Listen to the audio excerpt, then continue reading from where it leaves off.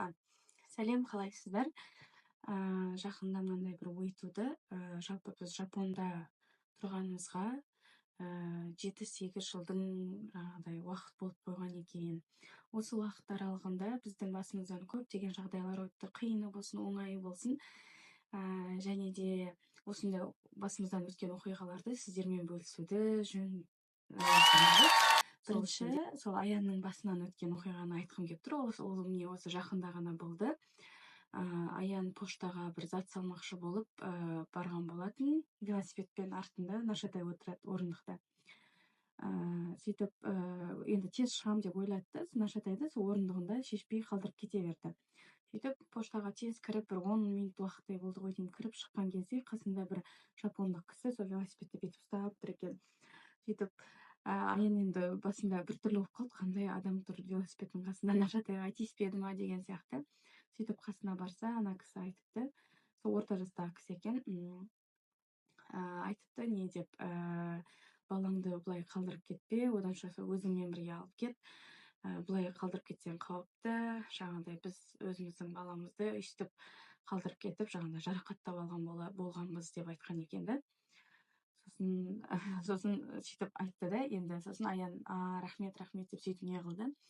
Сөйтіп кейін ойлап қараса, ол тіпті Нашатайды басқа жерде болсын, баланы түсіріп, жаңағыдай қолынан ұстап тұрады деген сияқты жоқ. Ол жерде жапондық велосипедтің рөлін бүйтіп ұстап тұрған ғой, құлап қалмасын деп. Сол кезде бұл жерде не байқауымызға болады, жапондықтардың жаңағыдай балаға тиіспеді, ұстауға болмайды. Бірақ соның өзінде қауіпсіздікте сақтап тұр деген сияқты ғой. Осындай бір қызық оқиға болған болатын. Одан бөлек осы балаларға қол ұшын тигізуге болмайды дегенге қатысты.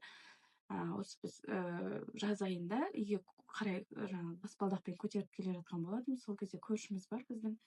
Сол алдымыздан шыққан болатын. Сосын бүйтіп Нашатайға қайта қарай берді. Сосын біз не болды деп бүйтіп қарасақ, ана кісі айтып отыр да, көршіміз Нашатайдың маңдайына маса тұр, соны бүйтіп қақсам бола ма деген сияқты бізден сұрап жатыр да.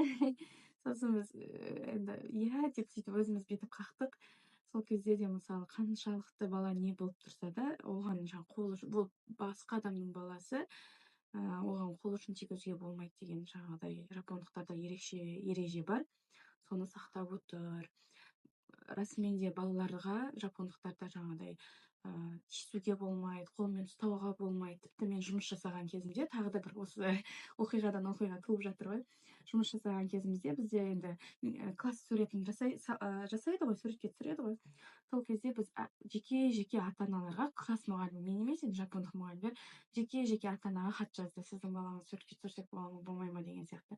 Сол кезде мен ойладым, ода тұрған ештеңе жоқ қой, бәрі иә деп айтады деп қарасақ, сөйтсе біздің класста 25 бала болды ма, соның 7-8 оқушының ата-анасы баламды суретке түсіруге болмайды, суретке түсірсе де бетін жаңағыдай көрсетпеу керек деген сияқты жаңағыдай өтінішін жазған болатын.